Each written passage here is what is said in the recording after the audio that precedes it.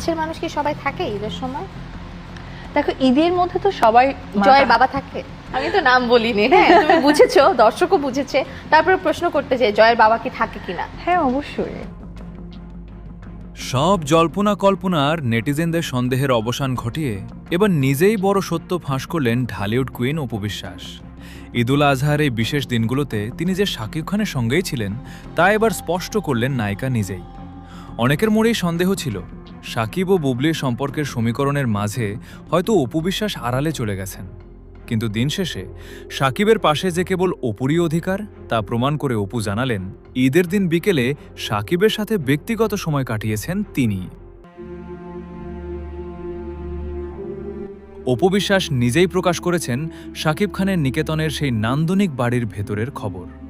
শাকিব তার নিকেতনের বাড়ির ছাদে চমৎকার একটি পরিবেশ তৈরি করেছেন। ছাদের ওপর রয়েছে ছোট ছোট সুন্দর ঘর, কফি শপ এবং স্পেশালভাবে বসার জায়গা, যা এই বাড়ির সৌন্দর্য বাড়িয়ে দিয়েছে বহুগুণ। আর ঠিক এই কারণেই ঈদের দিন বিকেলে বাইরে কোথাও ভিড়ের মধ্যে ঘুরতে যান না শাকিব অপু, বরং এই নান্দনিক ছাদেই একান্ত ব্যক্তিগত সময় কাটান তারা। এখন আমাদের ঈদের আনন্দ মানে বিকেলের দিকে বাসা দেখা, বাসার ছাদটা দেখা। শুধু কোরবানি ঈদই নয়, অপু বিশ্বাসের ভাষা এটা স্পষ্ট যে যখনই তারা দেখা করেন বেশিরভাগ সময় নিকেতনের এই বাড়িতেই মুখোমুখি হন।